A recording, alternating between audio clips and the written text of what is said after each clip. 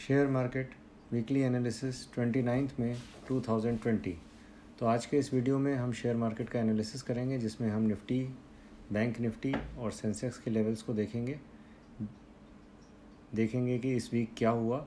तो कृपया करके इस वीडियो को लाइक ज़रूर करें और इस चैनल कंसल्टेंसी को सब्सक्राइब करें। तो आइए शुरू करते हैं।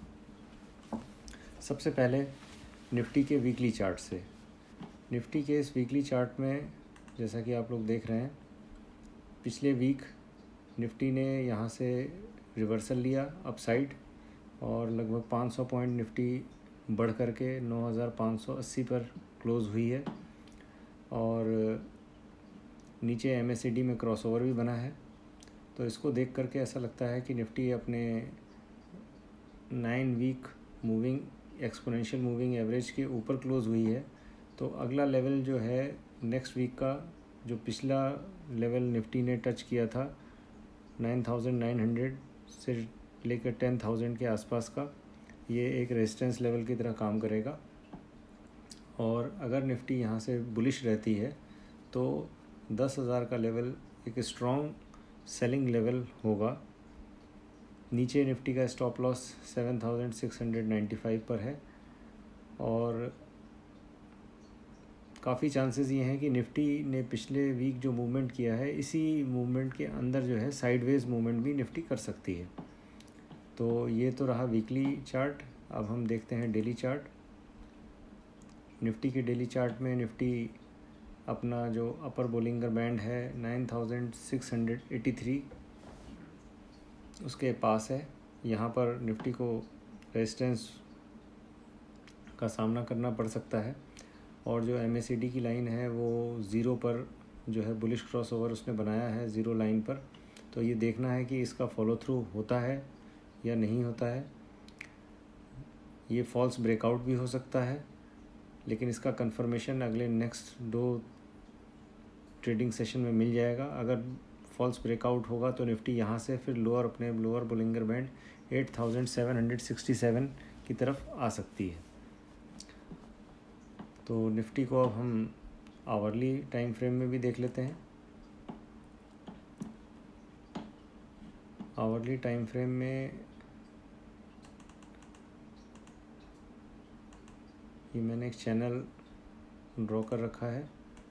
इस चैनल के आप देखेंगे कि जो लोअर लेवल है, यहाँ पर निफ्टी ने पिछले 2 वीक में सपोर्ट लिया था और अभी इस चैनल के सेंटर में है। अपर लेवल जो है वो लगभग 10,300 से लेकर के 10,500 तक आएंगे। निफ्टी अगर यहाँ से अपसाइड मोमेंटम देती है तो अपर चैनल तक आ सकती है। पर अगर हम यहाँ नीचे MACD को देखें तो MACD आप देखिए कि MACD का जो हाई लेवल है, जो रीडिंग यहाँ पर आ रही है MACD की, ये रीडिंग है 167 और अभी जो MACD की रीडिंग है, ये रीडिंग है क्लोजिंग के वक्त 102 और निफ्टी जो है इस लेवल से काफ़ी ऊपर है। सेलिंग प्रेशर है निफ्टी में। कभी भी निफ्टी किसी भी न्यूज़ पर गिर सकती है, तो ये देखना होगा, ये अगले वीक में क्लियर होगा। फ़िलहाल अभी निफ्टी जो है इस चैनल के सेंटर में है।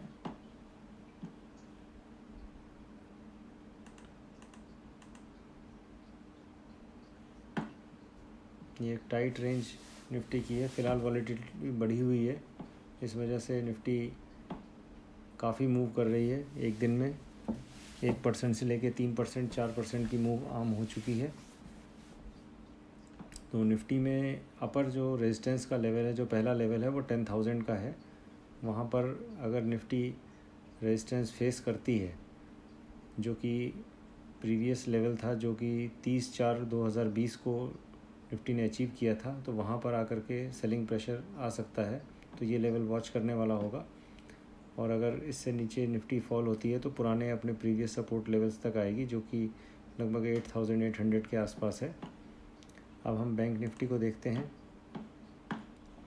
बैंक निफ्टी के वीकली चार्ट में भी बैंक निफ्टी ने रिवर्सल किया है अपसाइड डायरेक्शन में और बैंक निफ्टी क्लोज़ हुई है 19,297 पर इसके अपर 9 वीक मूविंग एवरेज आ रहा है 20,000 पे। तो यहाँ पर बैंक निफ्टी को 20,000 की तरफ अगर जाती है तो एक रेजिस्टेंस फेस हो सकता है।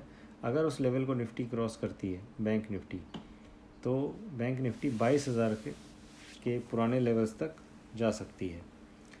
डाउन साइड में जो स्टॉप लॉस बैंक निफ्टी का आ रहा है वो 16,570 पर है। तो बैंक निफ्टी अगर यहाँ से नीचे की तरफ चलती है तो 16,570 की तरफ आ सकती है। डेली चार्ट में देख लेते हैं। डेली चार्ट में अगर अपसाइड मोमेंटम भी होता है तो बैंक निफ्टी 20,000 तक ही जाती हुई दिख रही है, क्योंकि ऊपर से अपर बोलिंगन बैंड आ रहा है और वहाँ पर सेलिंग प्रेशर देखा जा सकता है। MACD में बुलिश क्रॉसओवर बना है, पर ये क्रॉसओवर अभी ज़ीरो लाइन के नीचे है। तो ये देखना है कि इस क्रॉसओवर में फॉलो थ्रू अगले 2 या 3 ट्रेडिंग सेशन में आता है या नहीं आता है। अगर हम बैंक निफ्टी का वीकली चार्ट देखें तो बैंक निफ्टी के वीकली चार्ट में ये जो अपर मोमेंटम आया था, इसमें ये बोलिंगर बैंड क्लोज़ हो रहा है। ये देखना है कि मंडे को बैंक निफ्टी इस लेवल के 19,500 के ऊपर जा पाती है या नहीं जा पाती है, या यहाँ से साइडवेज मोमेंटम करती है। साइडवेज मोमेंटम अगर करेगी बैंक निफ्टी तो बैंक निफ्टी का जो सपोर्ट का लेवल है वो 18,500 से लेकर के जो रेंज होगी वो 19,500 तक रहने की संभावना है। अब हम सेंसेक्स का चार्ट देख लेते हैं। सेंसेक्स बिल्कुल निफ्टी की तरह ही सेम है। सेंसेक्स में वीकली कैंडल ग्रीन बना है, 32,424 पर इसकी क्लोजिंग है। सेंसेक्स को अगला रेजिस्टेंस अगर अपसाइड मोमेंट होता है तो 34,000 के आसपास फेस हो सकता है, और अगर यहाँ से सेंसेक्स नीचे गिरता है तो नीचे जो सपोर्ट लेवल है, अभी जो पैराबोलिक स्टॉप लॉस है वो 26,123 पर आ रहा है। तो ये देखना है कि नेक्स्ट वीक, क्योंकि नया मंथ स्टार्ट हो रहा है जून का, तो ये तीनों इंडाइसेस कैसे परफॉर्म करते हैं।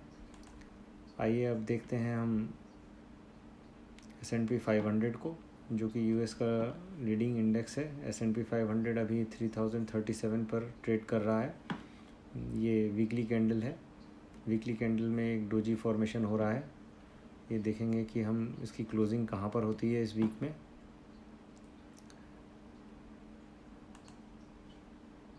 अब S&P को हम डेली देखते हैं। डेली में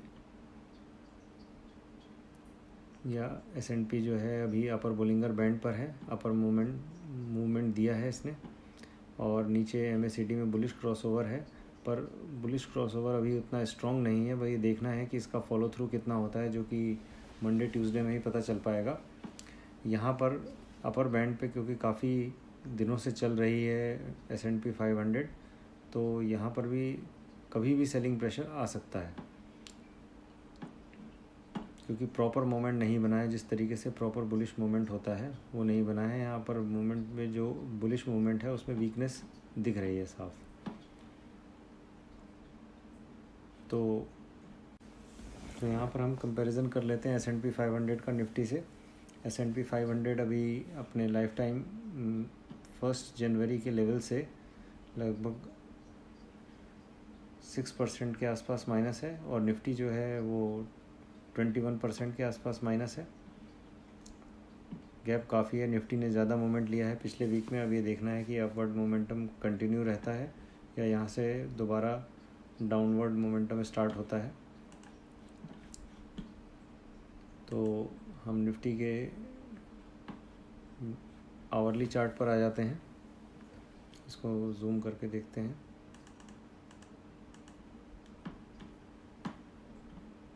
यहाँ पर निफ्टी ने 30 अप्रैल को जो क्लोजिंग दी थी उसके बाद next day gap down opening हुई थी, तो ये गैप अभी फिल नहीं हुआ है।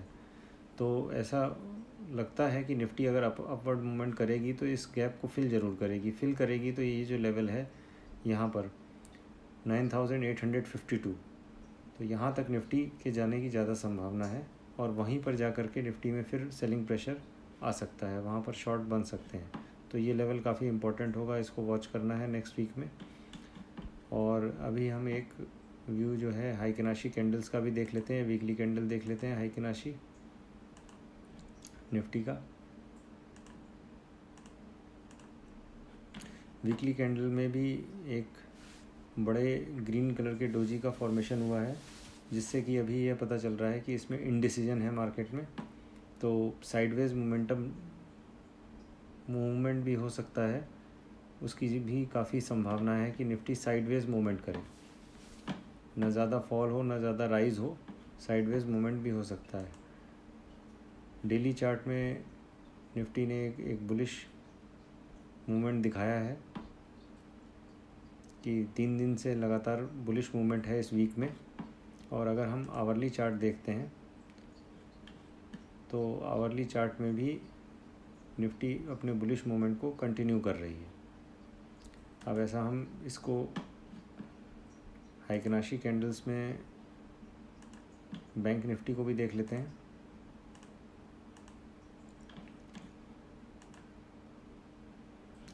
बैंक निफ्टी ने वीकली कैंडल में एक डोजी फॉर्मेशन किया है, तो ये भी एक संकेत दे रहा है कि क्या पता बैंक निफ्टी साइडवेज मूवमेंट करे।